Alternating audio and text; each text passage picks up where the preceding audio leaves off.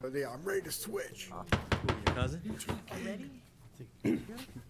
Starting now? Really? He's paying a lot of money. Start? I'd like to call the Town of Rocky Hill Planning and Zoning Commission regular meeting of Wednesday, May 18, 2022 to order. First item on the agenda is the public hearing. Special permit application for Goodwin University proposing to allow the use of the subject property to continue as a school location, thereby renewing a 2013 special permit with no time limit and no site changes for 525 Brook Street, former temporary Creek School in an OP Office Park zoning district, ID 17-006. The applicant, if you have. Yes, good evening, commission members. My name is Bob DiCrescenzo from Updike, Kelly and Spellacy. We are the attorneys for the applicant, Goodwin University. With me tonight is Mark McGovern, and he's going to talk a little bit about the planned use of the building and the program that will be contained in it if we are successful in getting a renewal of the special permit. You're probably familiar with the site. It's a building that has been around since the mid-'80s. It's in the OP Office Park zone. It's a roughly a 68,000 square foot modern commercial building. It sits on a 5.05 acre site. In April 17th of 2013, the Capital Region Education Council obtained a special permit for essentially the same use. In fact, under section 4.3.7.2 of your regulations, it's considered the same use classification as that the CREC use. In any event, back in 2013, CREC requested and this commission granted a special permit for 4 years. The reason for that was their intended use was an interim use while they built their standalone building for the same program, which of course they've done. At the time of the CREC operation of the CREC school, we are unaware that there are any issues related to the use of the building for this use over the period of their 4 years that they occupied the building. Goodwin is under contract with the owner, subject to the usual due diligence conditions, and Goodwin's plan is in working with the State Department of Education, get this building up and running, in the fall or October of the coming year. Mark can fill you in more on that. We don't intend any exterior modifications to the building. We don't intend any changes to the site plan. I say intend because as we go through the next phase of designing the program for the building, our anticipation is we'll use exactly the building as it sits there today, the same site as it sits there today, and basically pick up where CREC left off. And we have, as part of this application, submitted, referenced the same site plan that is already on record in the town of Rocky Hill.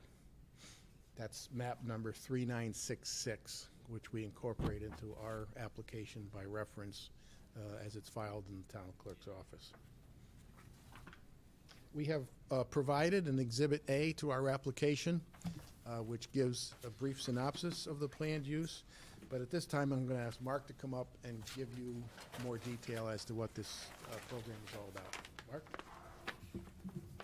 Thank you, Bob, and good evening. My name is Mark McGovern. I'm the Director of Economic Development for Goodwin University. And I'm pinch hitting for our Superintendent of Schools, who's out ill. So I'll do my best to present the program. This would be a magnet pre-K school for up to 300 students ages 3 and 4. The first year of operation would be just one class size, so we start with 3-year-olds.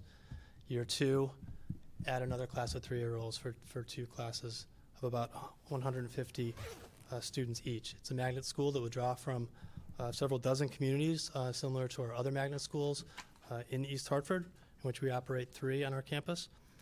In terms of focus, the focus of the school will be on literacy development and social and emotional learning. Hours of operation, like any typical school, open to staff essentially from 7 a.m. to 5 or 5:30 p.m. There's no plan for recurring evening or weekend events, but I imagine there'll be, some special events, parent engagement events, some nights and some weekends. In terms of the building itself, it would involve a major rehab of the building.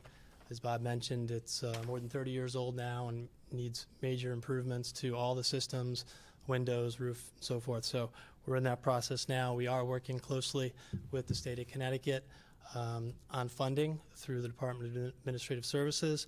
The legislature has appropriated funds this spring for that, and we're working, as Bob said, on our due diligence items, and we'll be working on plans, we hope, with an approval to submit to DAS in the fall. Our goal is to start construction in early 2023 with a school opening for the fall of 2024. And I think that's it. And I'm happy to answer your questions later, and thank you for your attention. Thank you. Read that into the record. Do you have any questions for Mark now? Kim, we have a special permit criteria, right?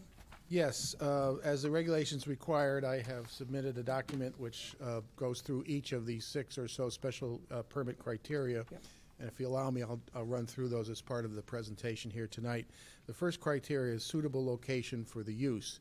And again, we have the benefit of having a 4-year trial run, so to speak, on this use in this building at this site. And we believe that this modern 68,000 square foot building is very adequate for the proposed use as a magnet early childhood school, and it actually lays out very well for it. Secondly is that the proposed use is in harmony with the zoning district.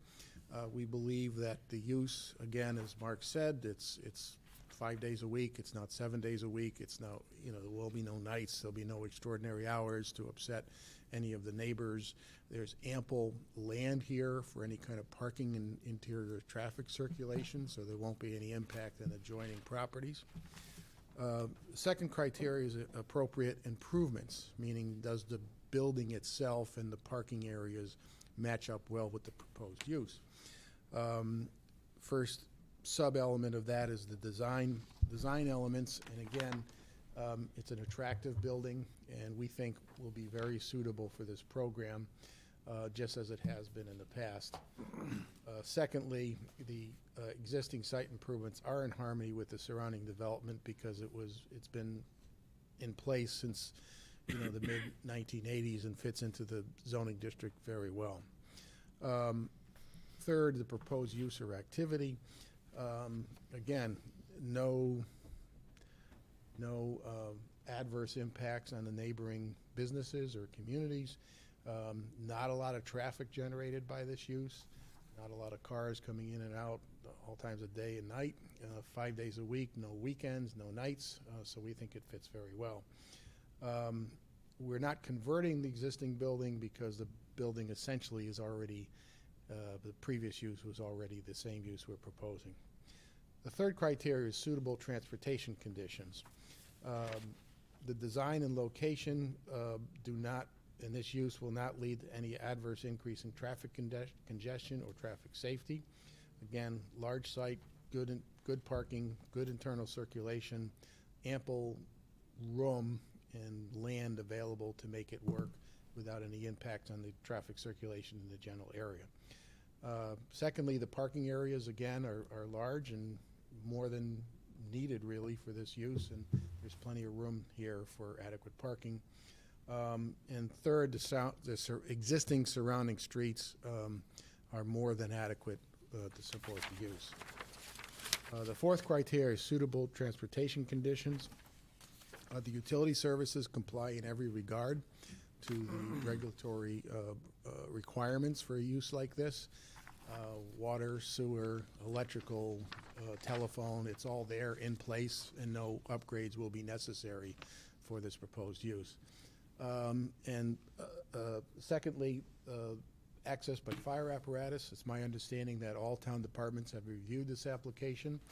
And in speaking with town staff, no department had any negative comments. In fact, they were supportive of the application. The fourth criteria is environmental protection and conservation. This is an existing site with existing improvements. We have no plans to make any major changes that would impact the natural resources of the area. As to the historic considerations, there really doesn't apply here. We're not proposing to in any way impact existing historic assets of the town of Rocky Hill in this area. And as to the scenic considerations, again, we're not going to change anything. So what's there will be used for this purpose. The fifth criteria is long-term viability. We think we have a very good plan here to have a long-term pre-K school, again, working with the state of Connecticut. The state of Connecticut is making a long-term commitment to this magnet school program. Goodwin has 3 other magnet school programs that they operate, and they've all been in operation for excess of 10 years now, and will be in operation for the foreseeable future. This will become the 4th such magnet school. It'll be Rocky Hill instead of East Hartford, but it'll be the same program run by the superintendent who couldn't be here tonight under the Goodwin University Magnet School system. Last is consistency with overall objectives. Again, it's an existing site, existing use, and we think it's consistent both with the plan of conservation and development and with the regulations. The regulations of section 4.3.7.2, as mentioned previously, do allow for this use as a special permit use, so it's a permitted use within the zone. And with that, I'll answer any questions or go into the special permit criteria in more detail if you would like. What I'll do is just go over with the Sure. commissioners. I don't see any public, for public comment, so Commissioner Aglica? Yeah, just a couple questions. A lot of the notes on this is proposed, so I'm assuming this is from the previous It is. design. So all the proposed is now existing, Yes. so there shouldn't be any changes. Can you walk me through where the entrance is of the building and how the buses and cars are going to be queued? Mark, do you think you could handle that? Yeah. So there are multiple entrances facing Brook Street, and then to the north. There's also a back entrance as well. So my expectation is that the public entrances would be in the front and the side, and staff perhaps in the rear. Also, in the rear is where there'll be recreation areas, and so the students would go in and out in the back as well. In terms of the bus routes, there's actually still the markings and the signage, and I would expect it to be very similar to what it is right now, where you pull in and there's a one-way access to the side for a drop-off, and it loops around. So there will be need to be some repair to the parking lot and paved areas, but I would expect the routes would be very similar to what has existed in the past. Okay, so there shouldn't be any issues with traffic backing up into the road. No. That's all I got. And then one other thing I'll mention too is there will be public transportation provided, but it won't be in the form of buses. 3 and 4-year-olds would be in vans because they need to be in car seats. So the building won't be served by larger buses. Oh, okay.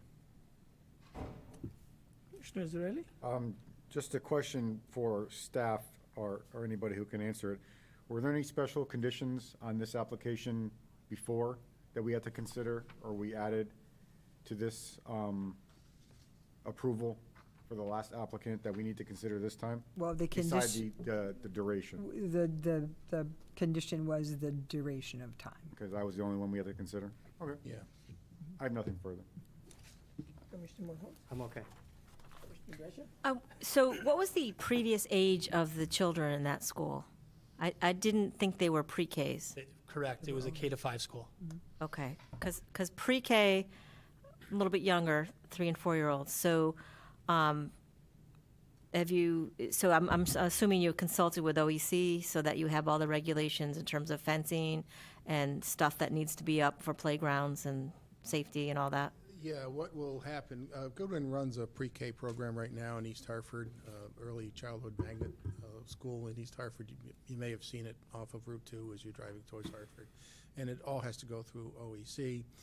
We may have to come back because they may require something which will require us to modify the site plan. We don't Correct. anticipate major modifications, but we will be back before you to, for Okay, because modification of site I didn't plan. see in this diagram, I couldn't see Yeah, really well. we're not there yet Okay. because, again, we're in the due diligence phase, and once we get past that, then the Okay. architects will go to town and really set the school up. According to today's standards, there may be something different from 2013, and we will comply with all that, and we'll be back before you as needed if it Okay. requires a modification of the site plan. Okay. Are there sidewalks in front of that school? I'm just trying to, you guys, there's sidewalks there, right? Yeah. That are down there? There is. Okay. Yeah, I mean, one of the reasons the site is so attractive to Goodwin is, it just lends itself very well for this use. It's almost in move-in condition, so. And it has an elevator in there too? Yes. Yeah, I'm pretty sure I've been there a couple calls. Okay. Yeah, I would just say, making sure that OEC is collaborated with just for the little ones. Yeah, and again, Goodwin University has a subsidiary that runs magnet schools, and one of the reasons the state approached Goodwin with this opportunity is that it has such a good track record in running magnet schools in its East Hartford facilities. Okay. Thank you. Don't have any other questions. Anyone else? Motion to close the public hearing. Second. All in favor? Aye. Any Who's opposed? seated? Motion- So all, Who's seated? Everyone's seated. everybody seated is, Oh, seated. Okay, just checking. It's one big bench. Just checking. Right, going into open agenda. I don't see anyone in the public to, for any public comments. Consent agenda, can I have a motion? You were not present. I was not Okay, present, so. I'll move to approve the consent agenda. Second? All in favor? Aye. I abstain. Agenda item 5A. Special permit application for Goodwin University proposing to allow the use of the subject property to continue as a school location, thereby renewing a 2013 special permit with no time limit and no site changes for 525 Brook Street, formerly temporary Creek School, in OP Office Park Zoning District ID 17-006. I have a motion, please. Motion to approve special permit application for Goodwin University, agenda item A. I'll second that. All in favor of the motion? Aye. Aye. Any opposed? Motion passes 5-0. Congratulations. Congratulations. We'll be back as needed. Good luck. Thank you. Item 5B. Affordable Housing Plan, review and discuss scope and process findings to date with Glenn Chalder of Planometrics.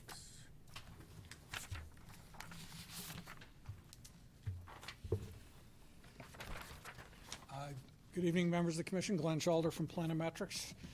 Pleased to have an opportunity to work with the commission again in terms of preparation of a planning document. And this one is an interesting one. It's the preparation of an affordable housing plan. I put together a packet of information for you to provide an overview of the overall process that we anticipate here, some basic information about affordable housing, and then provide possibility of a survey with survey questions.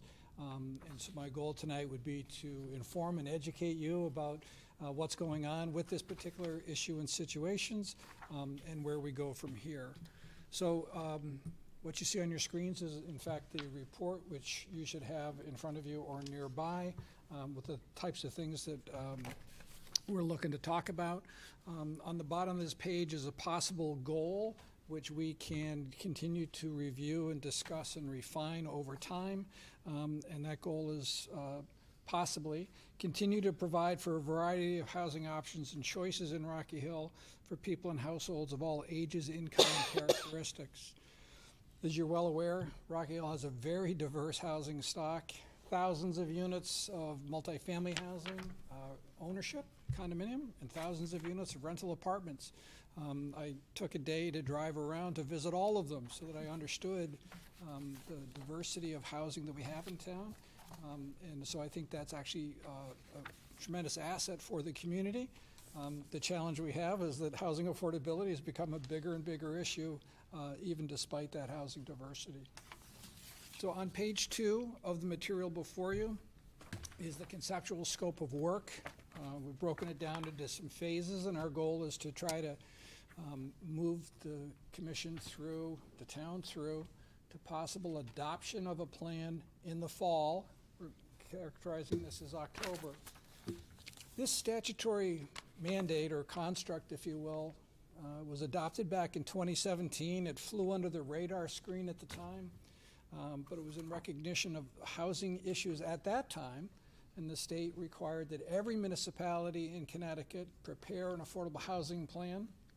That plan could not be older than 5 years, and so here we are 5 years after 2017, and the date is actually June 1. So we're not going to be done within the next 2 to 3 weeks, but the statute and legislation does provide an opportunity for Rocky Hill to prove through this scope of work that we're working in this direction, and will do so. The basic scope of work here is tonight's kickoff meeting in May to talk through with you different issues related to affordable housing and possible strategies. I'd like to leave here tonight with your approval to initiate an online survey, or alternatively, we could do a public informational meeting. But summer's not far away, so the challenge is people might say, well, I'm not going to be in town that day. And an online survey might give us the opportunity to have a longer time period. So the survey would be started within the next week or 10 days.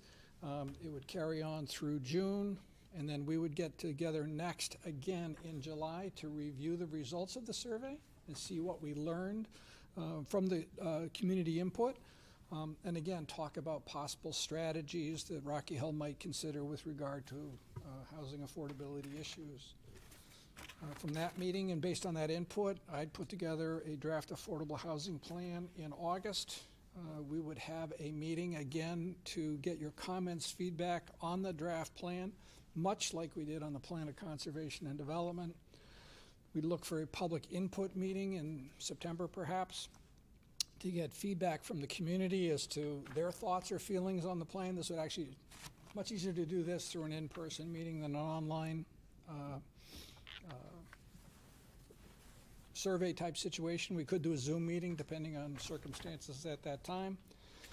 We would then get together to finalize the proposed plan and then schedule a public hearing on adoption. So that's the process which I lay out for your consideration. Any thoughts or feelings on this process? Does it sound reasonable? Anything to add or change? Any thoughts? I just want to add, with the online survey, obviously, we would like to have some sort of printout or something that we could have in public areas, in town hall, different counters, in the library, and things, so we can direct people to it when we're talking to people, and we'll put something on our tagline for our, when we sign emails or whatever, pointing people to these surveys. So we're going to be, we want a good response. We would like to get it. And so the only thing I'd like to encourage for your consideration is that most everybody has a smartphone these days. Yes, So if an we app. can- We have an app. We do have a town app. Okay. But we're going to be using SurveyMonkey, so what we need to do through whatever means is to get people to SurveyMonkey. They can do it at their leisure, Yep. and it will self-tabulate. If somebody turns in a paper survey, somebody, Well, that's what I'm saying, just something to get us to that, yeah. So I think we to can advertise that we have it. issue a QR code so somebody with their phone can take a picture and Yep. boom, get right to this. So we can use all those tricks. But if somebody is No, we don't want definitively old school, wants to fill it out on paper and turn it in, somebody's got to get that into the computer. I didn't carry that, so we'll have to figure that out. And if we wanted to make a special event for the senior center or something else like that, we certainly can do all of that. But again, our goal would be to try to get people online. What would be the solicitation for the survey? Is it like just social media, or is it us saying something, or is it all of the above, or? I'll be all of the above. I'll be preparing materials for Kim to distribute, press releases, traditional press releases, community access TV screensaver, so that people who are waiting for a meeting or whatever may see it there. We'll do town's web page, social media, and try to get it to go viral as much as we can. Towns often have a list of people on local boards and commissions. We'll start with them and ask them to send it to people that they know, and it goes. Is it anonymous? Rocky Hill Forum. Is it anonymous, or is it? It is like anonymous. so As someone- in, we don't ask people their names. The issue is, we ask them, do you live in Rocky Hill? As part of our work here, we generally limit the survey responses to 1 per IP device. That's what Okay, I so wanted. the idea is that we did have a situation in another town where we track the IP addresses so we can see if there's duplicates. If they're husband and wife, parent, child, based on the way that they respond, we're not too concerned. But I think the best thing to do is, again, you do it on your phone, I'll do it on my phone, and then we don't actually have a problem in that regard.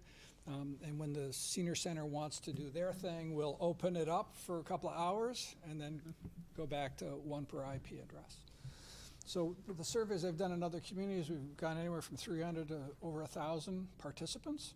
And the big difference in this type of scenario is really the margin of error you get around the responses. But I would say to you, I don't think we're looking at decimal points of accuracy. What we're looking at is a general sense of the community. Issues related to affordable housing have not really been on our radar screens for many, many years. They have now, I guess, erupted, I guess is what we might say.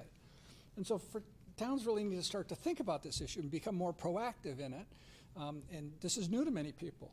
So I think the survey is intended to understand their thoughts, concerns, and wishes and desires.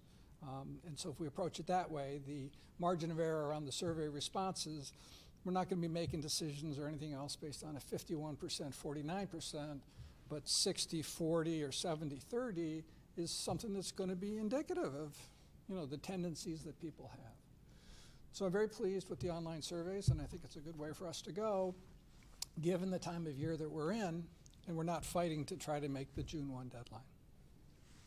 And I think, just comment on there, you said, 70-30 makes kind of sense. So it has to be understood that this is a statutory thing and it is a required thing. So even though 70% may say no affordable housing, well, that we cannot take into consideration just because of what is directing this plan. That's correct. The statutory mandate is the plan shall indicate how the community will increase the number of affordable housing developments in the community. So increase and the number of affordable housing developments. And interestingly, it doesn't say units, it says developments, and that's actually kind of a subset of the rules. But I think our intention here should be to look at housing more closely than historically we have, and POCDs I've had the opportunity to work with the commission on, and really start to focus in on these areas and how we can address this going forward. So anything else on the scope of work? I mean, I think if we need to adjust it along the way, we certainly can talk about it, but I think it provides what we're going to be needing from soup to nuts, so I think good to go. Yep. So the next page in the material here is, will be affordable housing metrics. So affordable housing is defined a couple of ways under state law, but the real issue is we generally focus public policy on housing which is affordable to people earning 80% or less of the area median income. So the median income is a measure of sort of average income.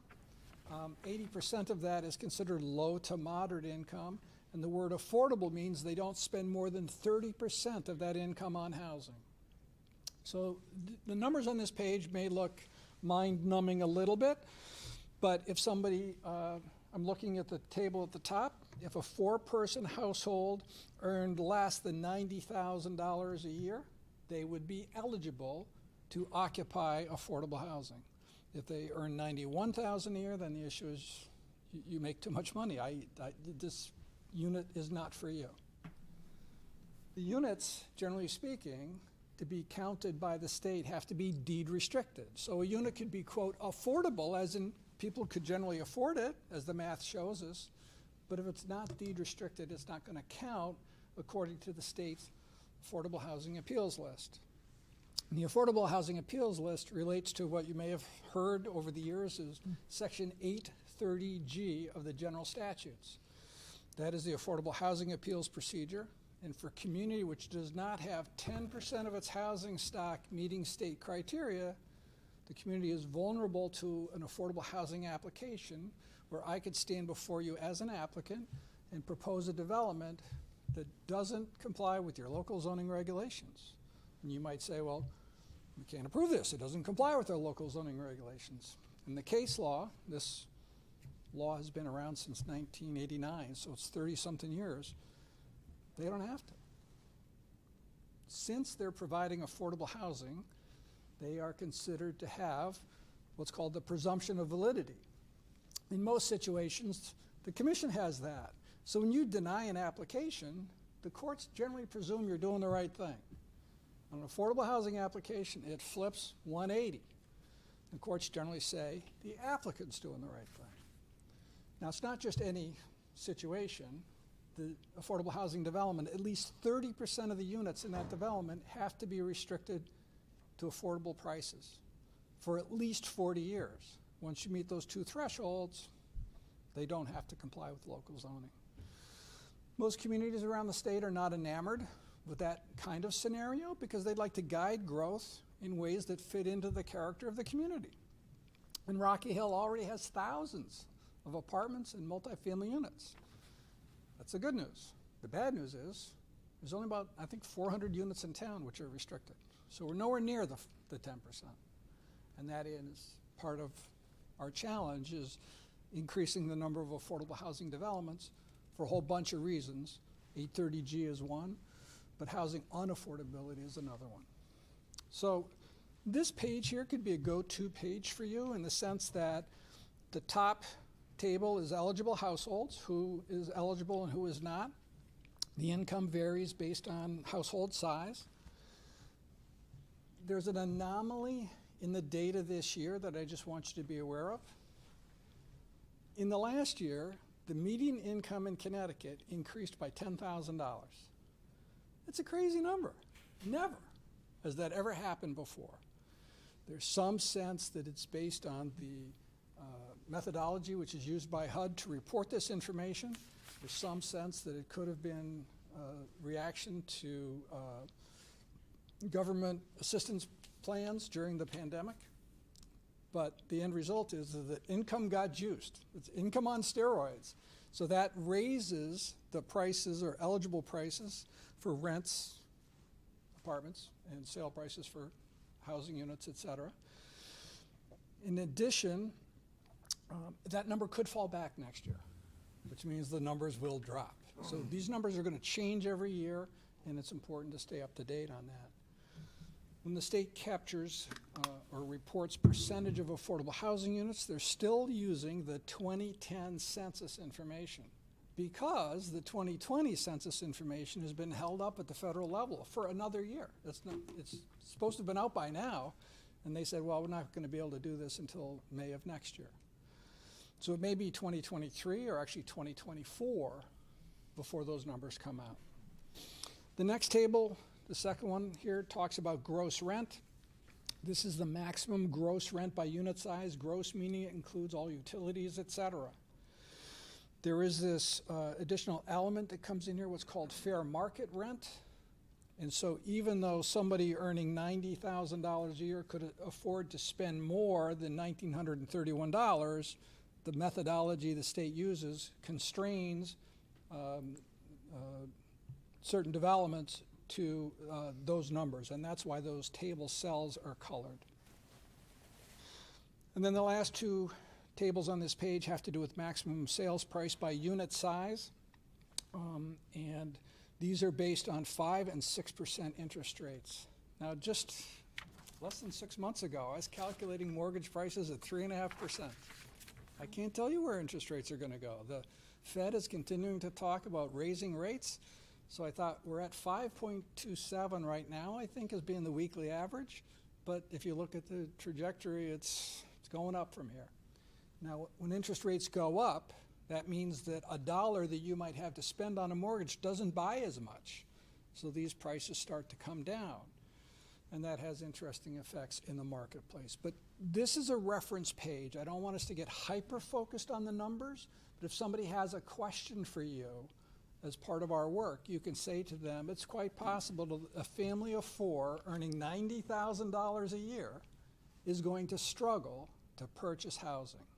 And a couple of years ago, I would have said that to you. You would have said, that's crazy talk.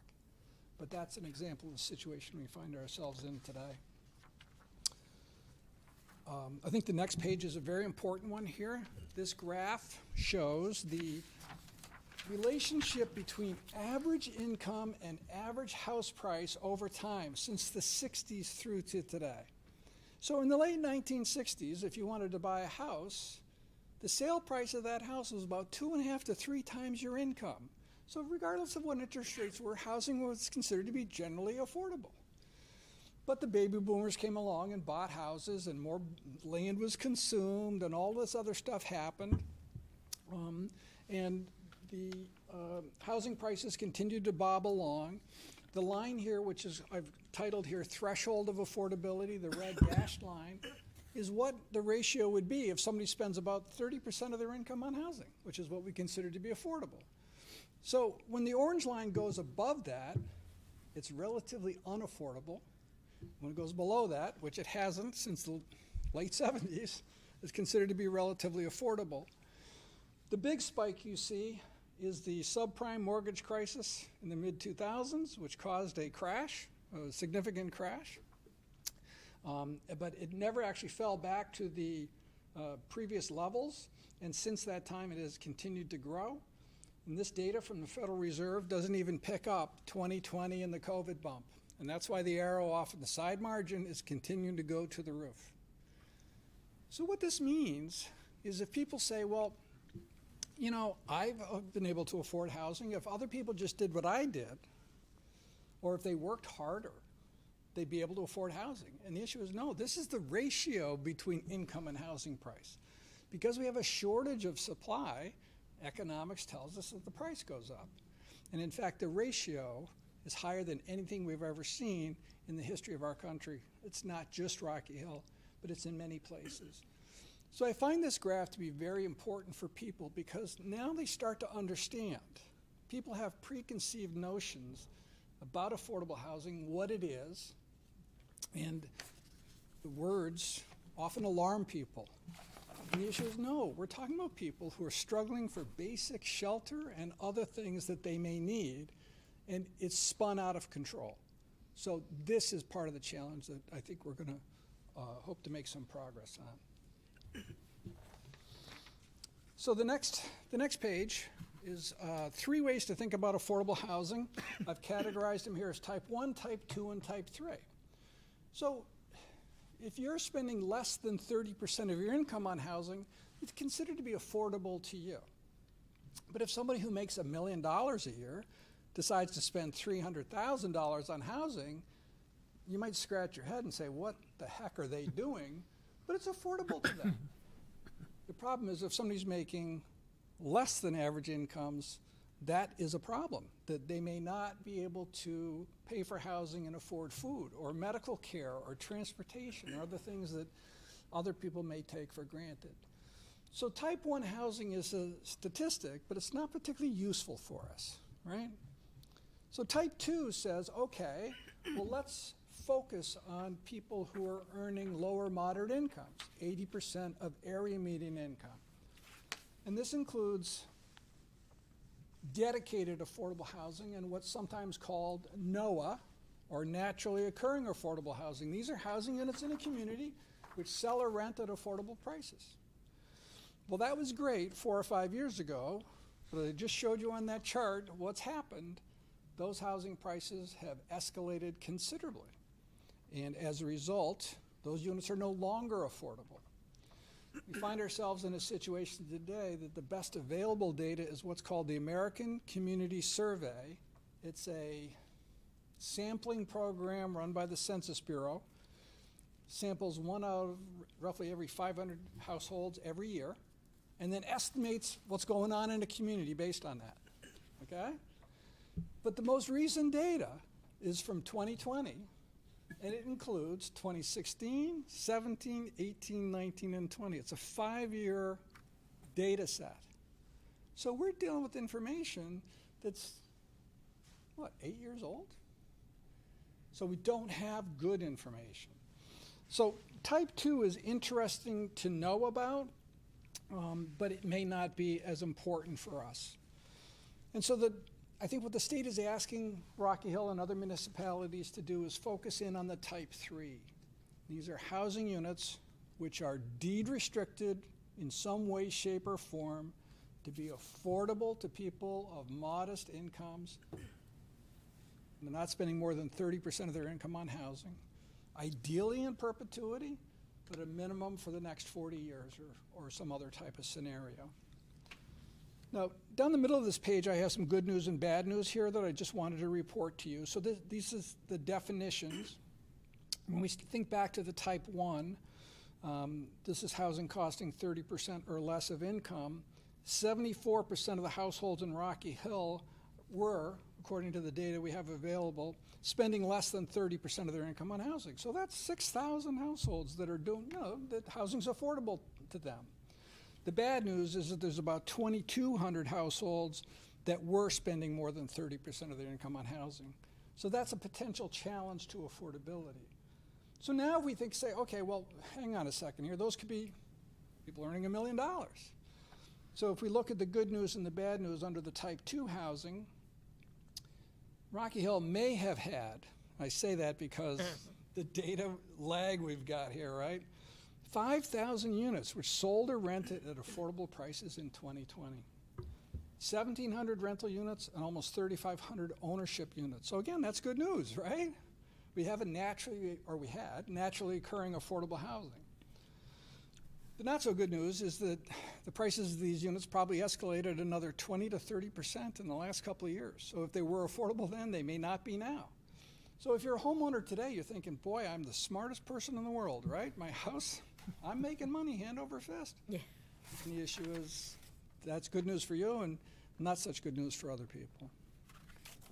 So then under the type 3, the good news is Rocky Hill does have 454 housing units, which meet the state definition of affordable housing. I've got some more information coming up here in terms of how those units are computed. And the not so good news is that Rocky Hill is subject to the Affordable Housing Appeals Procedure. So developers could come in here with complying applications and create challenges, if you will, for the commission and the community. There are thousands of low and moderate income households in Rocky Hill already struggling with housing costs, and the waiting list for units at the Housing Authority is measured in years. 6 or 7 is what they're currently estimating. So if you thought, well, my mom is having some difficulty, I'll call the Housing Authority and, she can move in there. I'm sorry. She's got to get a waiting list and wait 6 or 7 years. And if the situation is serious today, it's probably going to be even more serious in 6 to 7 years. So again, it's just an example of some of the things we're struggling with, lack of supply. Glenn, one suggestion on the type 3 good news, we have 5.1%. So is it a good idea to compare that with 10% requirement? Because that's not so good news. I don't want to say because we have 454, it's a good news. But Yeah, no, okay, so I understand. At 5%, I just want to take a quick peek here. I'll have to peek ahead. Yes, we'll get to page 9. There's a comparison that shows where Rocky Hill is compared to other communities of similar sizes, et cetera. So we're doing better than a number of other communities, but worse than some others and not really sort of where the state wants us to be. I do have a question on 3. It states housing which is deed restricted. Yep. Can you define deed restriction? I know what it means, but I'm just trying to understand it in this perspective. So the state will only count housing units as affordable, meeting the state criteria, if they are one of the types listed on page 5 in the top right-hand corner of that page. So it's actually right here on the screen. Just up a little bit if we can. So the categories here, number 1, the state counts what's called assisted housing. Assisted housing is housing that receives state or federal funding, like a mortgage or some other type of financing, predicated on it being affordable. So that's like the housing authority. And so we get credit for those units. That's awesome. The next category is deed restricted. This is housing which is built and carries with it a deed restriction, binding deed restriction for a minimum of 40 years, which limits the rent or the sale price to these affordable levels that I showed you. I think that was on page 3. Okay, so that's what the restriction is. Correct. So an 830G application, if it were to come to the commission, the developer is required to deed restrict those units for that minimum period. And you can't get rid of the deed restriction. The deed restrictions on some units around the state have disappeared through unfortunate, I was going to say gerrymandering, that's not the right word, but manipulation of real estate transactions and other things. So we got to be very careful, but deed restrictions are enforceable, and that's really what the state's looking for. How is that monitored if, like, say you have a big apartment complex that has deed restricted areas, apartments, but then, so you rent one time, and then 6 months later they move out, you rent it to someone else, and it goes away? So one of the things that, if you'd asked me that question 2 years ago, I would have said that's a great question, right? Which is buying time for myself. I've had an opportunity to work in enough municipalities now to know that there are better ways to do these types of things. So one of the things we'll talk about later as part of our work, I would advocate for Rocky Hill that we adopt a standard housing affordability plan. It's like the owner's manual for these affordable units. And rather than each applicant concoct something and present it to you, you say to them, you're doing it this way. It's because now we can have procedures set up that can be monitored. And to answer your question directly, I'm a huge advocate for third-party or approved administrators. This is a requirement that there's somebody, not the developer, not the town, that doesn't really have the staff or bandwidth to do this, but a third party that verifies every transaction. The household is eligible, the sale price complies, and that each year you get a report that says, yes, that unit is still occupied by an eligible person. So We don't have that, right, Kim? you do not have any of this today. The housing authority, I know, does this They with do it at their units. with their units, but they only have 70 units of housing. Correct. So as part of Ames project, if you recall, they had specific appendix that had this requirement. And that is deed restricted, Correct, but- 10% and But all it's that. not. But They back have to a what- legal binding agreement that, well, it hasn't been executed as of this Right. point in time, but that was worked out with our town attorney and their attorney.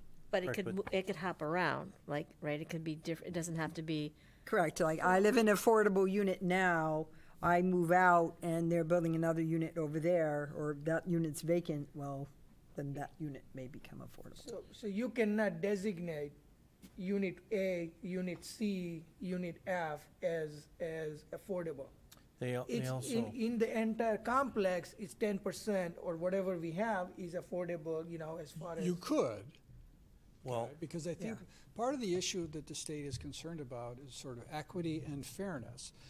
I dealt with this scenario in another municipality where an affordable housing development was proposed, and the affordable units were all on sort of the lower floor sub-basement Right. next to the elevator machine room. It's like, time out. Oh, that's yeah. It's meant to be an equivalent percentage of three-bedroom units, two-bedroom units, one-bedroom units, studios, that you're not making all the affordable studios and all the other ones are market. So there needs to be some measure of fairness and equity as part of this. So you're saying like a third-party person to gatekeep that is the way to go? Yeah, I think it is. I found a scenario in another municipality where a developer's receptionist was the administrator. Did not have the skill set to verify income on people and qualify them for a unit, but was happy to approve people because that's what her organization requested. Not right or fair. That's not what we're trying to accomplish. I heard of a situation in another state where a condo board was the administrators. And they really don't have much interest in monitoring. So this is why I just think we need some good procedures in Rocky Hill so that as this happens over time, we're doing it well.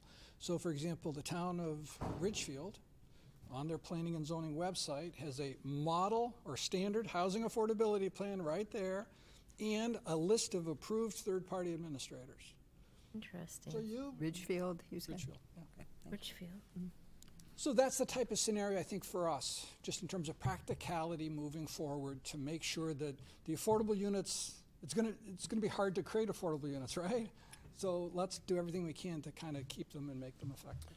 When the Ames development came through and they presented that, they also stated that if somebody qualified for affordable housing, it was in one of the apartments, if the following year, if they got a different job or a raise, they might not actually qualify anymore. They weren't going to kick them out of that unit.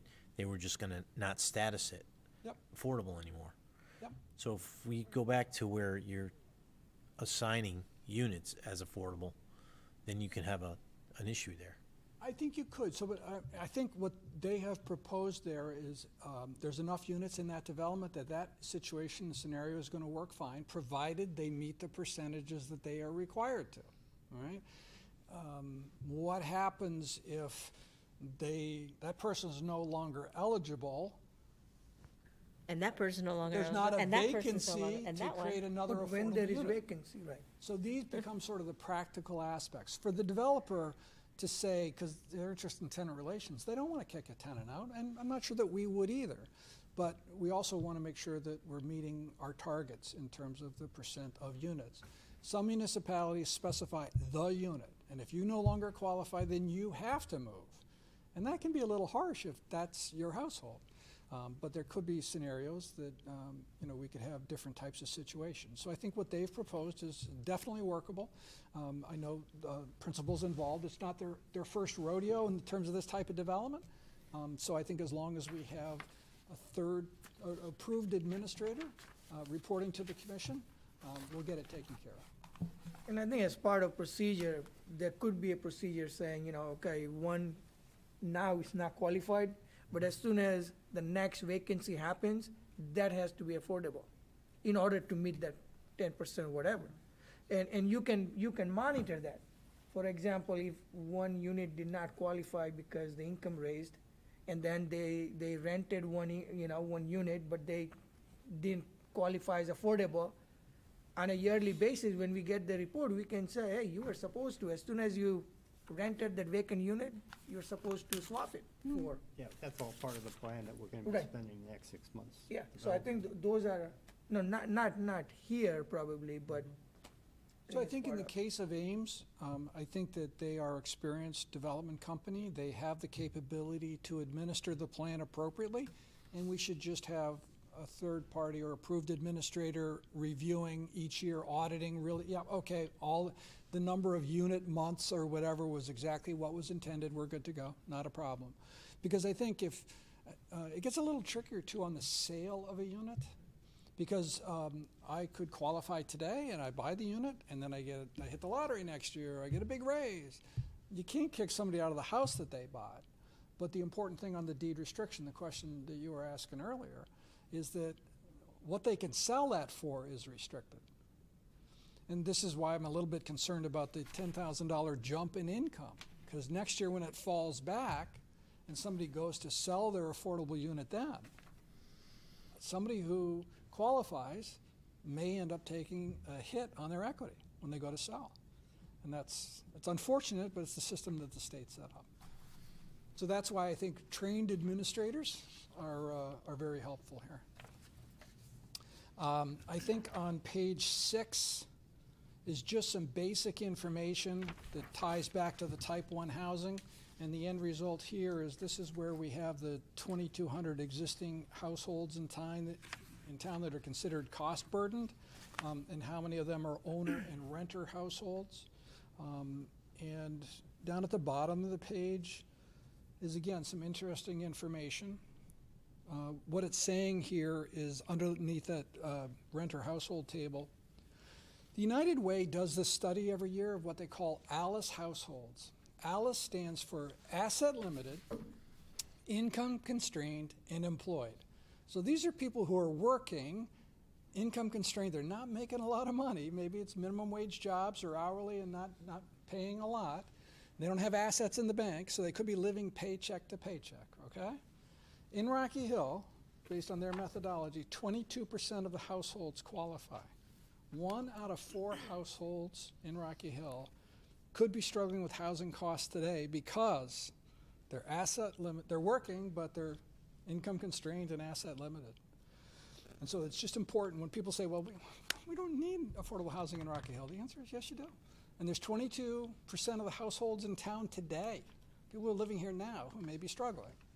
And that may be part of the scenario. On page 7 is the naturally occurring affordable housing. These are units that back in 2020, based on that information, the number of units that were selling below affordability thresholds, and there could be over 5,000 units in town that were selling at that number, but I can't tell you what it's at today, because if everything has jumped 20 or 30%, we are sort of driving through the rearview mirror. We know we had a lot of units then, but many of them may be gone. We just don't know. So this has to do with the concept, again, of naturally occurring affordable housing. Page 8, I think, is an important page. These are the units that the state counts for the affordable housing percentage. The state defined affordable housing units. We have 454 units total. 235 units are considered to be assisted housing. We have, as Kim indicated, the 2 housing authority developments, Senior Center Housing and Harold J. Murphy. That's 70 units. We have Greenfield Village Co-op. Does everybody know where Greenfield Village is? Okay. So of all the units in there, 10 of them are a co-op, which was, you read the mortgage documents, very creative what they did there to allow people to get into home ownership in a co-op scenario. So again, the state helped fund that, and so we get credit for those 10 units. Elms Common is an interesting one. It doesn't really look like Like apartments. it doesn't. But when it was originally built, they got a HUD 221 mortgage insurance program. And if you participate in that program, those units count. So they're not necessarily restricted income-wise at affordable prices, but there's 155 units on our list. Now the development sold. And it's not clear to me whether or not the mortgage insurance program continued, but the state says they're still on the list from HUD, so yeah, you get the 155 units. If for some reason those units disappear, the numbers plummet. Problem. Another category is what's called tenant rental assistance. This is assistance to households. This used to be known as Section 8. It's also known as housing choice vouchers. But a lower moderate income household doesn't have to live in a housing authority development. They can find a private apartment and maybe live in a school district that they would like to live in, or next to their parents or family members or whatever. And the program is that the state or federal government makes up the difference between 30% of their income and what the unit costs. Now, it's not just any unit. You can't go find a luxury unit, right? It's got to meet the guidelines. But Rocky Hill is credited with 62 households that receive rental assistance, and so that goes onto our list. And that grew by 10 in the past year. The next category is Chfa Mortgages. These are mortgages which come with favorable terms, often for first-time home buyers or people who have not owned housing in the last 5 or 10 years or so. So it might be a lower down payment or a higher, instead of having to put 20% down, maybe you have to put 3 or 5% down. But the program is set up to encourage people to do so. The interesting thing here is that Rocky Hill lost 37 of those units in the past year. And you say, oh my God, how did we lose that? That's a pretty big percentage. And the issue is, these people did exactly what you and I would do. If you made a tremendous amount on your equity, You'd cash out, right? Pay off your CHFA loan, maybe get a market loan at a lower interest rate, as they were in the past year, and ride off into the sunset, or into another house in Rocky Hill, but financially, you made a prudent move. For us, in terms of our affordable housing inventory, we lost 37 units there. And the last category on here is deed restricted housing. We have none today. but, Wow. With the Ames development. Provided they're state compliant, we'll get those units on. Can I ask a question? Of course. Elderly disabled, we only have 70 units? Yep. Is that true? That's for the housing authority units. We have several Private. age-restricted developments. These are housing authority units. State It's funded income. and all that. Yeah. It's based upon income. How do we sit in relation to other towns our size with that? It's right there. I think the key measure is the length of the waiting list. I mean, I don't think we need to have a unit waiting for everybody when they show No, up. But I no. think that the challenge that we have right now is 6 or 7 years. The units were built long enough ago that the physical condition of some of the units, they're working on grants and loans and everything else. But I think the finances are just hard these days with supply chain issues, cost of materials, et cetera. The grants that used to sustain the development are harder for them. So they're doing all that they can, but the demand outstrips the supply. And it'd be nice if there was more money, more economies of scale. Some of the staff is part-time, most of the staff is part-time. Yeah. And some of the issues require more attention. So I think this could be an area for us to have further conversations. Could we help the housing authority? Looks like they have some land areas which could support additional. So every town in Connecticut is going to be looking for ways to increase housing authority units. So if we wait, we could be at the end of the line. If we can actually jump on something, we might be able to move that ahead. Page 9 is a comparison of Rocky Hill with other municipalities in Connecticut. It shows us where we are in terms of percent affordable housing relative to other communities of similar size. So as you can see in our population band, we've got communities with less and more. And in our percentage band, we've got communities both larger and smaller. So other communities have found ways to do things, and perhaps we could too. The question really is what works for Rocky Hill. Now this data, because we don't have all of the 2020 information we need, it's based on the 2010 information, but the numbers haven't moved significantly, so the relationships are reasonably fair. Don't think we need to spend a lot of time on page 10, but the Plan of Conservation and Development identified diverse housing portfolio, protecting residential neighborhoods and areas, and providing for housing options as being strategies as part of the plan. And then on pages 12 and 13 is just some information from the zoning regulations in terms of what types of residential developments are allowed in different residential zones and different business zones in town. We did just modify not long ago our accessory apartment regs. Yeah, I think, did I get 'em? And I That's know the you, next page. I know you have them in there, but I don't know if you have the current. I'm trying to So, remember. 4A says effective 1/26/22, so I Okay, thought I yeah. did. Yes, you did. Okay. Sorry. I read it quickly. I apologize. No worries. So I think accessory dwelling units, before Public Act 2129, you could have required affordability. Now, you really can't. So they provide naturally occurring affordable housing, but they don't count at the list. So again, this is here for us to be able to refer back to in the future. On page 14 is just some conceptual housing categories. The top band, which is market rate housing, not affordable to 80%, and naturally affordable but not restricted, is probably 8,500 units. And it's going to be really sort of, well, on the 3,500 units, which are market rate housing and not affordable, we're not going to be able to do much with that. On the market rate housing, which is naturally affordable, if we could figure out ways to get those units deed restricted in some way, shape, or form, we could get affordable units without building more units, and that might be something for us to look at. Some communities have looked at ways through tax incentives and other programs to get deed restrictions and provide payments or tax relief for people for that. The next 4 boxes here are different flavors of deed restricted. You can end up with deed restricted housing because the developer came along with the development and imposed it on the community. We can require deed restricted units as part of a development, and it sounds a little bit like the Ames site was sort of a collaborative effort, so I don't know if it falls into that line item or the incentivized, but either way, we can get deed restricted units that way.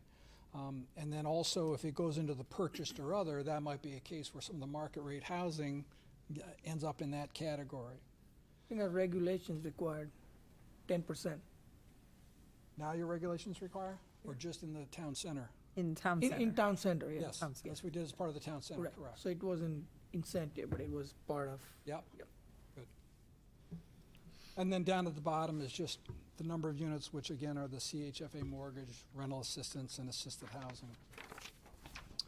And then finally on this booklet here, page 15, is just identifying some possible strategies for your further consideration in the future about ways that we could perhaps find strategies in each of these areas to get more affordable units.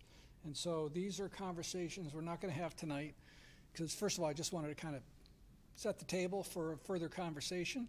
But if you're saying, well, geez, what about this idea? This page might give you a hint of some of the things that we could or should be talking about in the future. I think I've hit you with a lot of material here tonight on affordable housing. Are we okay with any other factual or background or other information that I can help you with tonight? It just seems like we have a few assisted living residents in town, an Alzheimer's unit in town. We have so many big facilities. Can't we make them play? If I owned the facility, I would say to you, I support your mission, but my business model is based on what I got approved and what I'm doing here. If a new assisted living or other facility was to come along and the commission said 10% of your beds need to be affordable, Yeah, then it totally becomes different. part of their Yeah. business model and they decide whether or not to proceed. Right, So right. I think retroactively, I think is an opportunity area, but it would generally either involve some type of tax break, Give and tax incentive, tax relief, or physical purchase.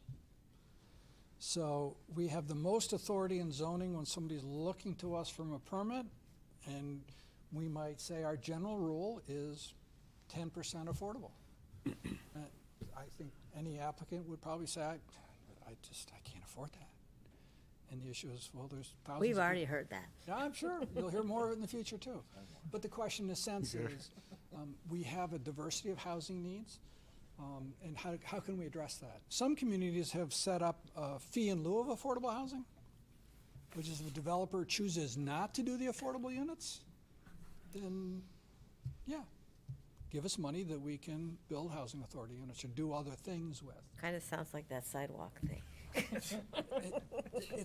Or fee in lieu of open space. There's other examples. But then there's also some criticism because should it be an obligation of everybody to participate, or should it, how long will it take the town to use the money to, so it's not as simple, but it's certainly a strategy. Are there other examples in other towns where current condos or apartments, they come for certain things, and that's when you open up that thing and say, hey, 10%? I think it's Are there hard any- unless they're asking for more units. I mean, I think it's part of a zoning authority. Can't change the status of an existing development. I mean, even a I'm looking condominium, at right? if there is any, Come up for a new site plan or something. something that requires them to come to zoning for approval. If That an would be the apartment owner complex changing the comes status. in and asks for more Right. units, Yeah. I've already done this in preliminary discussions with people. If they come in and ask for more units, or what's the possibility of us getting more units? I said, well, we need affordable housing, so, But that's a different issue. I know, but if they need more units, but you can't take an existing complex and say to them. I think for communities that, there is this federal program called Community Development Block Grants, CDBG. And so larger communities get money each year, and the money is intended for the benefit of low and moderate income households. So in some communities that get annual grants, they have used those funds to acquire deed restrictions on existing housing as part of rehabilitation loans, or a developer who, owner of a apartment complex, wanted to make some improvements, but his rent roll didn't really support it. But in exchange for money for the improvements, he converted naturally occurring housing to deed restricted, and it kind of became a win-win for everybody. But that requires money. I mean, I doubt that any of you would deed restrict your places of residence because you wanted Rocky Hill to have more housing. People treat it carefully. So I think going forward, yes, we can and perhaps should. Retroactively doing so, I think, opens up a Pandora's box of issues. No, I was saying if they come to the commission for something. I think, as Kim said, I Right. think we could Right. adopt a general threshold of Right. our intent. Can I ask you, what about group homes? We have many group homes in town that are affordable for those occupants that live there. What about them? It's funny, I participated in a session today on reasonable accommodations under the Fair Housing Act. But that's interesting because, We do have many private homes that were turned into group homes, and we do have some group homes in town that are group homes taking it's low interesting. I'm income, going to write that down. Title 19, low income patients, and they're provided with living ability in a home that's designated for such. So the challenge we have here is that those are protected classes. So In our discriminating- town, Pardon me? in our town. In your town. But treating them differently or disparately than other types of developments is now where we start to get into challenges. And the makeup of groups' homes, they're generally sort of halfway houses that people would transition through them. They're not always full-time residency situations. So I the- think we have full-time residence We have situations. both. We have both in town. So it's an interesting question. I'm going to have to ponder that on my drive home tonight as to whether or not that's a possibility. My gut tells me that would be a big challenge because they are protected classes. And so they fall into this special area, which is not hands-off, but what a municipality is entitled to do is somewhat more limited. So let me think about that. Thank you for that. I think it's a symbiotic kind of relationship. They use our community services. We support them. We highly support them with our community services. And if they are supportive of us, I think it's a nice relationship. I may follow up with Kim on this. So what I'd like to do now, if we may, is talk about the possible survey for discussion. I think there's the questions in here are questions that I have used in other surveys, so I think the basic idea, let me sort of walk you through the mechanics of this. I feel that page 1 here, excuse me, is trying to educate people on affordable housing, and the hard part on this is it's very wordy before we get into the first question. So I'm debating whether or not to just remove this and really shorten this up to kind of frame the scenario. The organization of the questions in the survey on page 2 is just a basic introduction. Do you live in Rocky Hill? If not, why are you participating in the survey? And what I found in other situations, there are people who used to live in Rocky Hill but had to move out because they couldn't afford housing, or there are people who want to live in Rocky Hill. So we don't exclude people. We just ask why. If you don't live here, why are you participating? And again, Glenn, if we could just go back, the chairman and I call each other right before a meeting, and what we talked about today was, a matter of fact, it was it really needs to be hit home as far as educating people as to what is affordable housing, because I think even in this day and age, there still is that misconception on what affordable housing is. So I do think the first page of this is important, maybe condensing it somehow. Yep. Needs to be simple and not. Yeah, people aren't going Not to fill out the technical. No one's survey. gonna Yeah. read It's this. going to take them 45 minutes. Yeah, It needs to be simple, and I wouldn't. Yep. Should be like a 10-minute. now if it was a $5 thing at Yeah. the end. this- yeah. So SurveyMonkey does Yeah. a great job, because actually when you set up the survey, it tells you how long it's gonna take people to complete, and it gives you sort of, a percentage grade on the whole thing in terms of how you do. And that's actually sort of what raised some concerns with me about the length of this. But I agree with Kim, I think that we have to sort of You have to inform and kinda- educate people, but people can skip past this if they want to. So try to find the right balance here in terms of education and information, so that we get good feedback. So I'll take the responsibility for that. But maybe that education piece is the thing we can have in the libraries, and the thing we can have scrolling on the screen, and the thing we can have at our counters. Yeah, and I And, think and that. we can hand out to people, or, in an email or whatever is needed. I think we can do that My as part hope of would be this. that as part of our work together, I will be preparing information packets for you. And I think if there's a affordable housing plan component of the website, I'm Yep. quite comfortable with the information being posted, and then people can Yep. find it in 3 or 4 months, whatever, Yep. and access it then. Mm-hmm. So the page 2 are the introduction questions. Do you currently live here, own or rent? What general area of town? Don't know that we're going to be making any sort of policy decisions based on if you live in the Northeast or the Southwest, but I think it's a puffball question that gets people sort of thinking about their community, et cetera. So I generally would leave this in, and I think it makes sense to leave it in, because the rest of the question tells you what certain segment of people living in certain areas think about, Yep. because And we may find, the survey results, when they're all done, will be compiled by SurveyMonkey. I also produce an Excel spreadsheet, so that if people really want to delve into the data with pivot tables and other stuff like that, and say, well, how did the people in the southwest quadrant feel about that? I'm not going to chase that data, but I think getting the data allows us to do that if we decide we want to. And so for this question, I'll put a little map of Rocky Hill so that people can understand this. How long have you lived here? When you first moved here, what type of housing unit did you live in? How many housing units have you lived in Rocky Hill since then? I think because of the diversity of our housing stock, I expect to find people who have moved up, moved around. And I'd be sort of interested, because I think that's a real part of our housing journey and one of our competitive advantages to other places. And again, live in Rocky Hill 10 years from now, larger or smaller, and do you think Rocky Hill has enough of the housing types you may want to live in 10 years from now? And that's kind of to get people thinking about the future.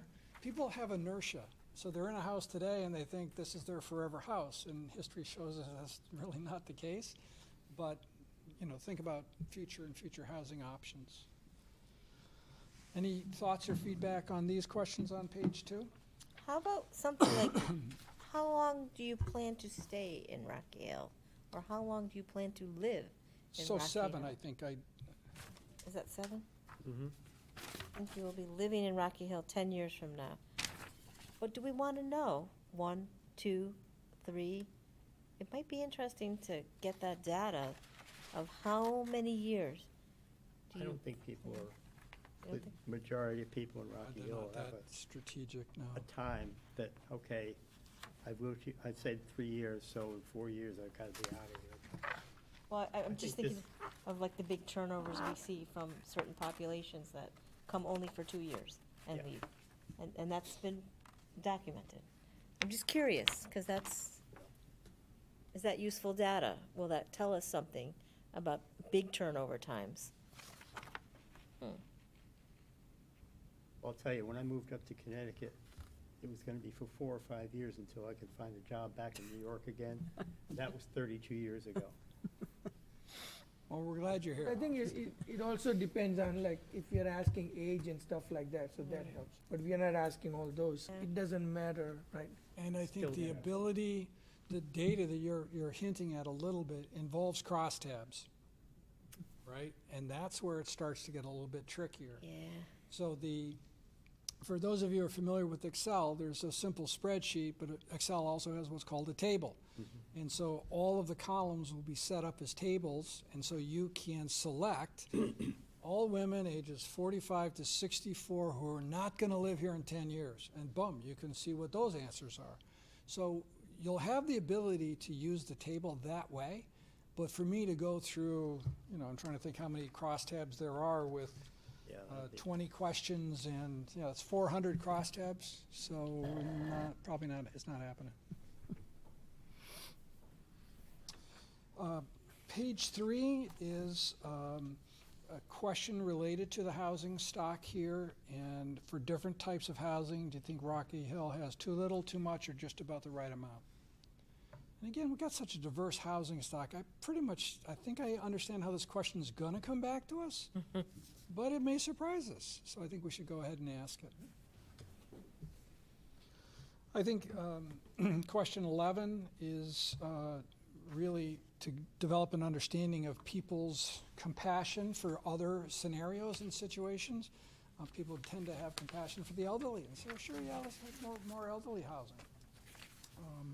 But if it's disabled or families with modest incomes, people don't often feel that same level. And so this will start to show in the data in terms of what we get. Alan? Have you done these types of surveys before? Yeah. What kind of return rate do you get? Say out of a town of 20,000 people, do you get 500, 200? I mean, it's really variable. So the question ends up being how well Kim and I can do on the publicity on all of this Yeah. and get it to go viral. So I had a community of 60,000 people who had over 1,000 responses. I think South Windsor is probably a similar size, maybe a little bit bigger than. Bigger, yeah, but not much bigger. We had almost 1,000 there too.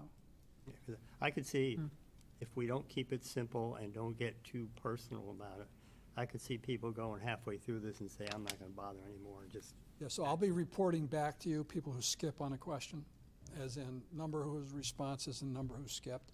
Because there's some people who come into it with all hot and bothered about affordable housing, and they're going to tell us what they think. And then they start thinking about some of the questions, and they quit halfway through. yeah, So that's what I'm curious about. I mean, But I think there's a lot of issues that we in enforcement right now are dealing with respect to housing. We have had our first 2 Fair Rent Commission complaints in 30-plus years. So it's on our radar now, as far as people living in certain areas of town. So I think we may be surprised by the responses we get. and that's the thing. I don't know. I think people are generally with the pandemic and people having been unemployed and trying, if they catch up now that they're getting jobs back.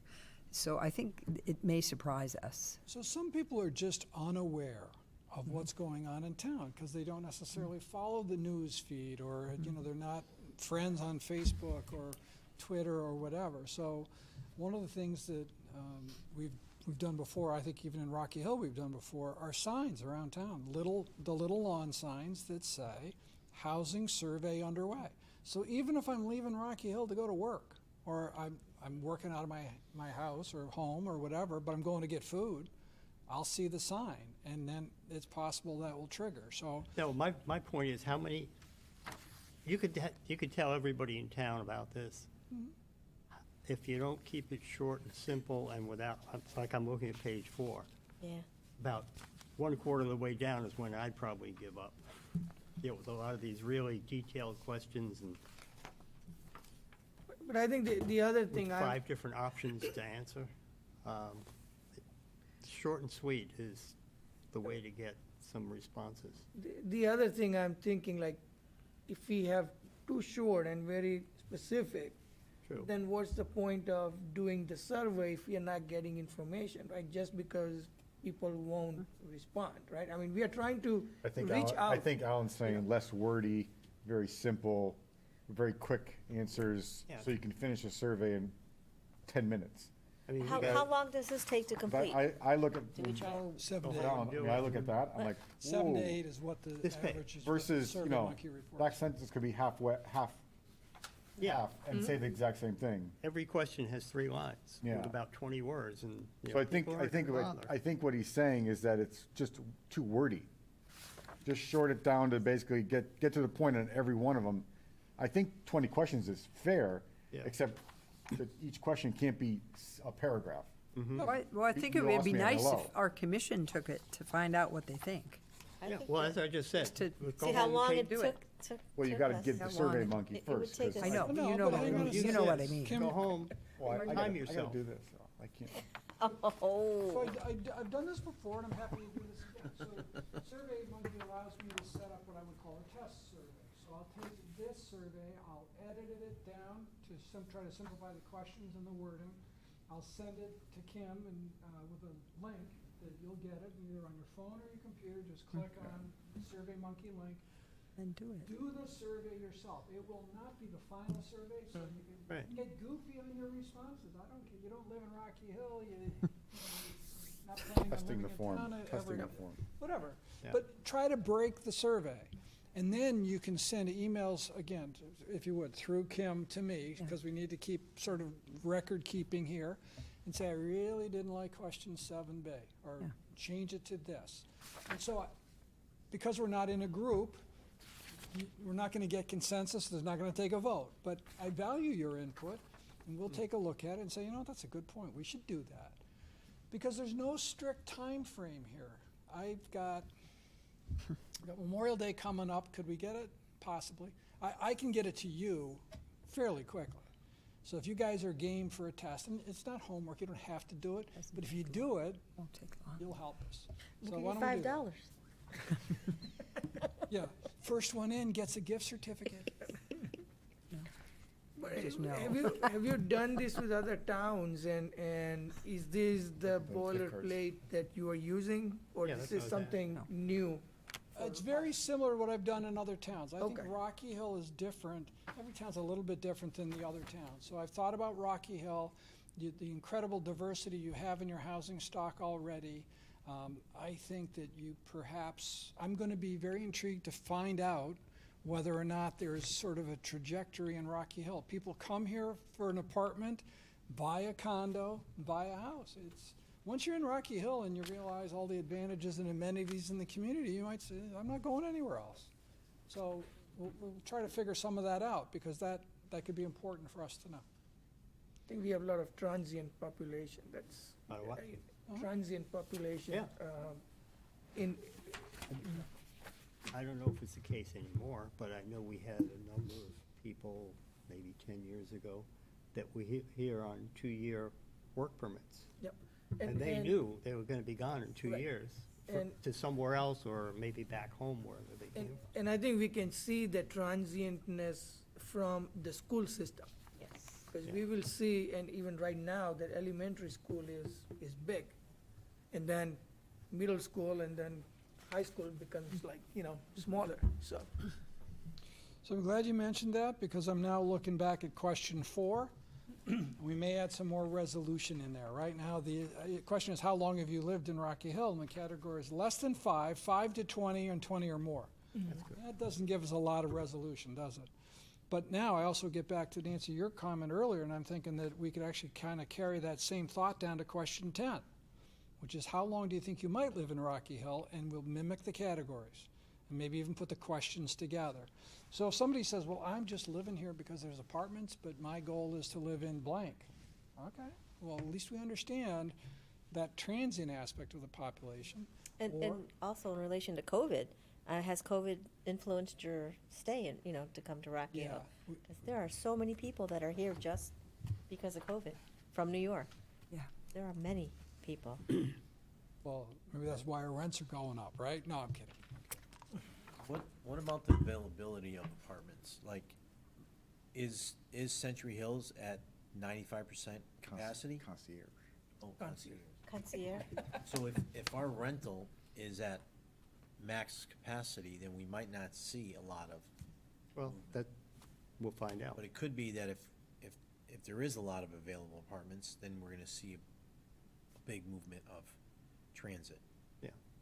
Well, that's why we're doing it. So I did a drive around town to visit all the apartment and multifamily projects. Since that time, I've been going on to Zillow and Apartments.com to figure out what the prevailing rental rates are. I have not reached out to management to figure out vacancy and everything else, but I have seen escalation in the prices, and that's generally an indication that they're not having any trouble renting. No. If there were vacancies or vacancies were growing, the rents would stay steady or decline, and that's not happening. I mean, with the West development, it's, Yes, I know the one you mean, right there next to 91. It's- Yes. Yeah, yeah. they're waiting, I mean, and they're high-end, and rents are up there, and they're still waiting. We first moved to Rocky Hill with Century Hills. Yep. And there was a waiting list. That was 22 years ago. Swinging singles. So I think there is a demand, I mean, with all this. All right. I agree with Kim that the first page needs to be strong in its content for what it is defining of this survey and how to explain affordable housing. In 1, 2, 3, in the third box, you have down there that affordable housing, is price escalation and other factors. Maybe define other factors a little bit more, or try to, I mean, people are gonna ask, what other factors? And in the bottom box where it says, what does this housing look like? Housing people can afford has a range of forms. Maybe just, there are many types, just keep it simple. Yep. Try to clean that up. Thank you.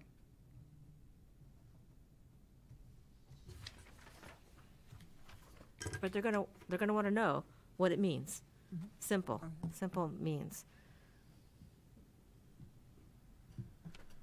I think if you use the word escalation, that might not be a good term to meet the majority.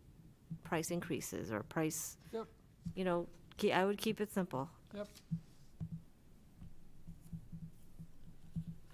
And I would do the survey at the elderly centers and stuff. I'd volunteer to go there and help them with a survey. No, I had, Kim gave me some names of, trying to think, senior center, Yeah, the senior coordinator. Yes. We have over Social 1,200 services. members, but not all members are town residents. Some members are from other communities, so.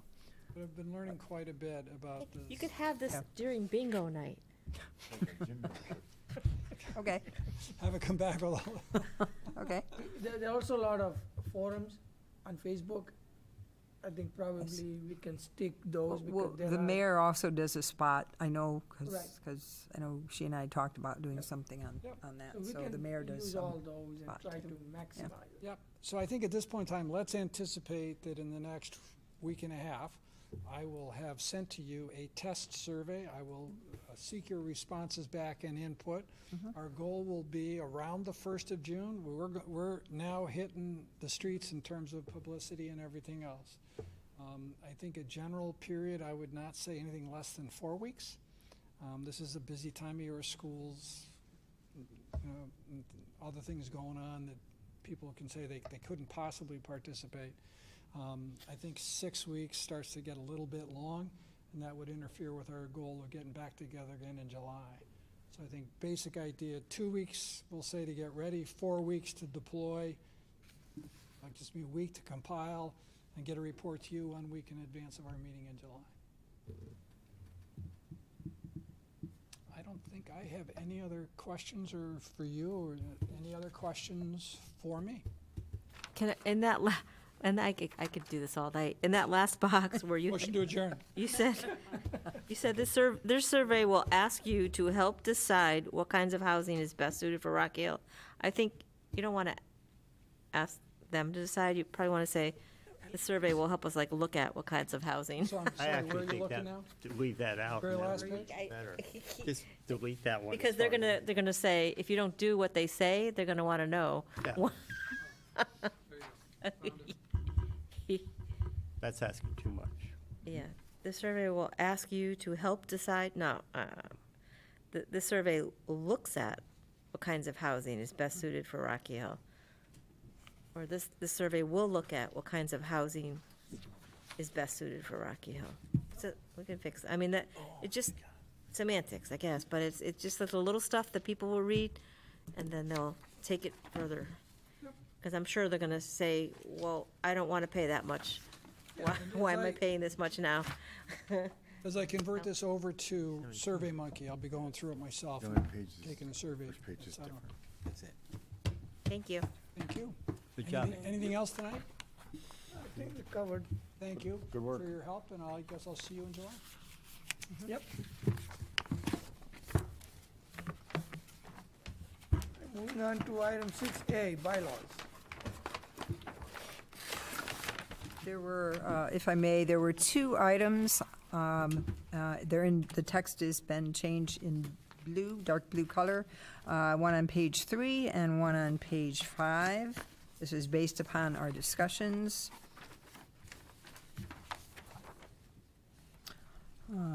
The first on page 3 was about when a regular member cannot attend a meeting and needs to review the record to retain his or her seat. The language presently reads, however, a regular member, although absent from a public hearing, may claim one seat at a subsequent meetings concerning the item upon declaration of appropriate knowledge of the hearing proceedings. That's the current language.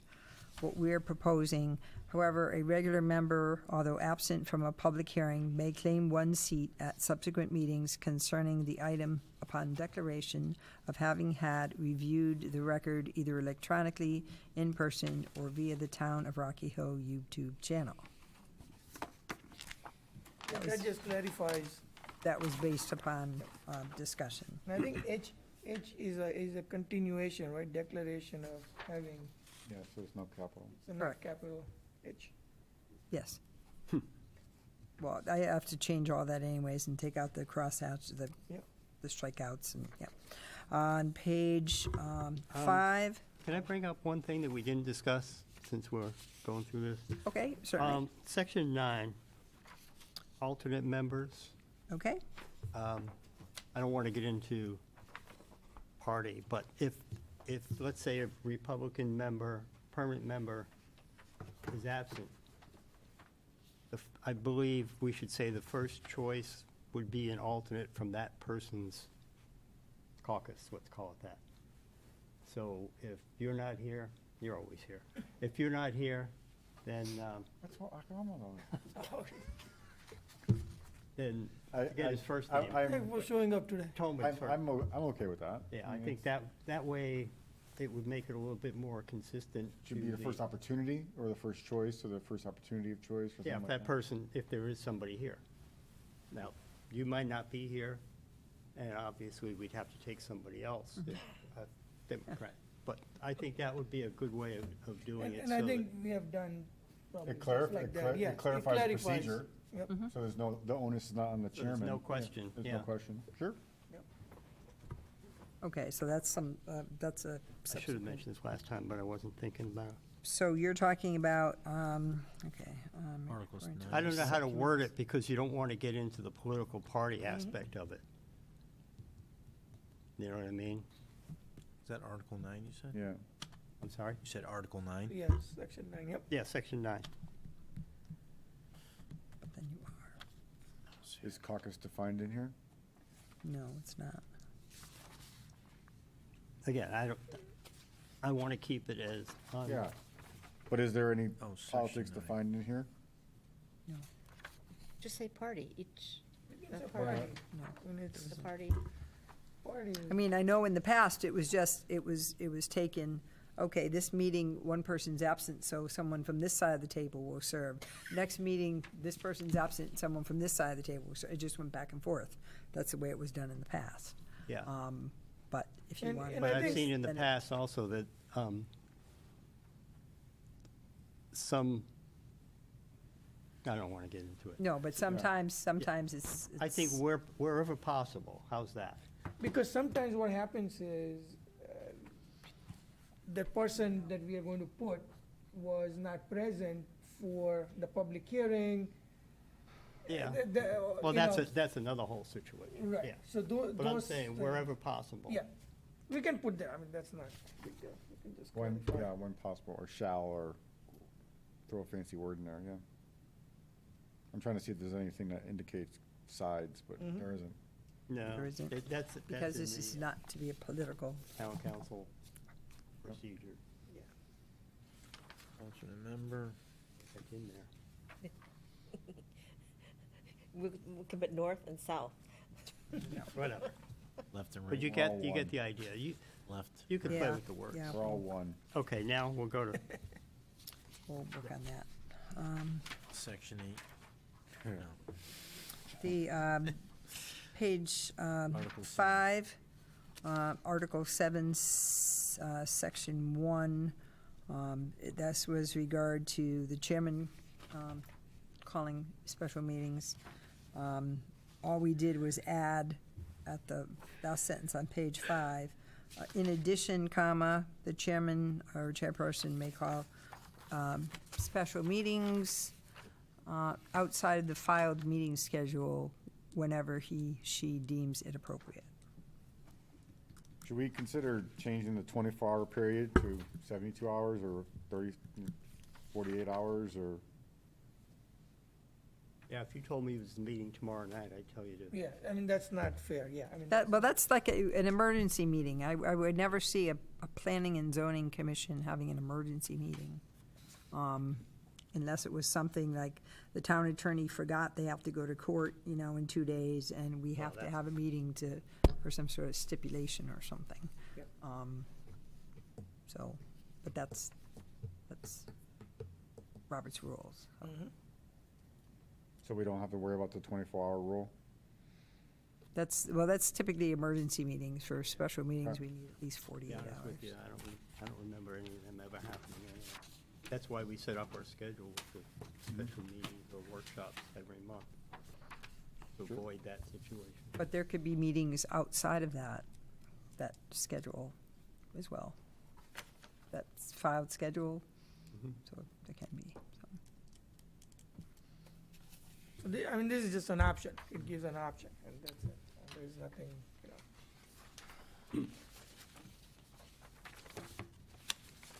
Okay, so, I think we have to, I guess we gotta go through another review next meeting. do we want to? Unless go you want to act on those that are already Okay. in here, and then this language will be With the brought back suggestions, next. Why don't we just do it all at once? Okay. Nothing's gonna come up in the That's next, fine, before our next meeting that's gonna cause this not being approved by next meeting. that's fine, I'm good. Does it stay on any other business, or it has to be an agenda item? Does this have to Save go it. in front of the public, or no?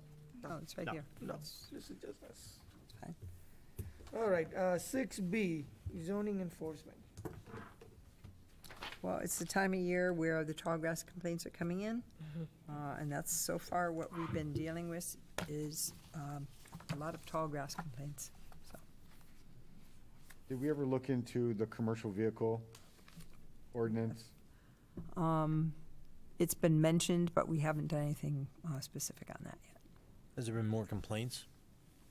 Commercial vehicles, I know we've had some compliance with commercial vehicles, with people storing them out on, we have some used storage places out on Route 3, and we've actually had 2 parties park their vehicles over out on Cromwell Avenue now, which is nice.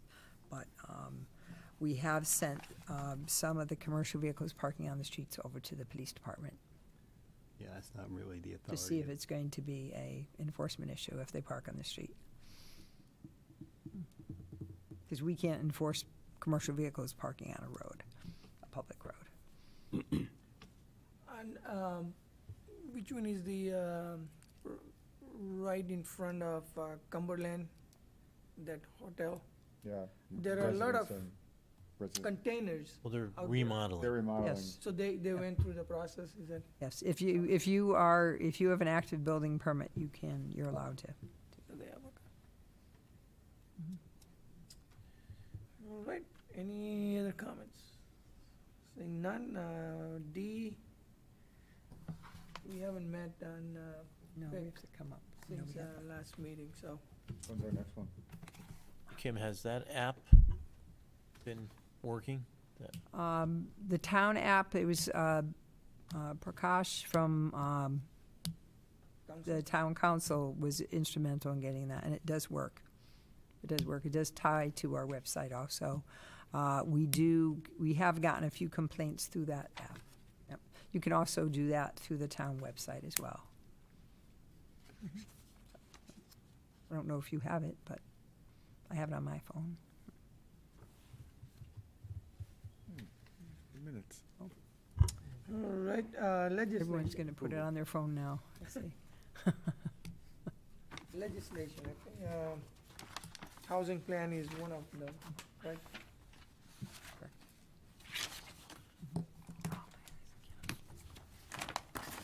Everything else on, we got a lot of other materials here. Do you want to discuss in the communications? We did, I know that, and I don't know who wasn't there. We had the training, which we've done in the past with respect to freedom of information. Attorney Morris Boria, he was a former town attorney and is now with our current legal firm, Halloran and Sage. And he did a presentation at the community center on FOI. I don't know if any of you were not present, but I put the materials in your packet as a reminder. Oh, we got this. Remember that? Yes. Yes. Got it. We're all set. So, We didn't get that. at that Mark time. us down. Mark us down, Kim. We were there. so please review those. And the legal notice. for denial. There's a thing also from, I got this through Rich Roberts. He is the designated attorney in the firm Halloran and Sage, as well as we do have access to other attorneys in the firm. But he reached out to us as far as remote meetings. We can certainly have remote meetings if we need to. We can have people Zoom into our meetings, should they wish to do so. And obviously, that certainly does assist the towns with reasonable accommodation, which is something that we need to comply with. How does that work in here? Do we just hear them here? We see them on the screen? How does it And, work? and see them here also. See them on the screen? Yep. I know the town council recently had a budget session. I think one of their members was absent, and he was able to Zoom into the meeting. And the mayor, I think, did at one session as well. Right, no bills for approval, right? Correct. And Motion to adjourn. Second. all in favor? Aye.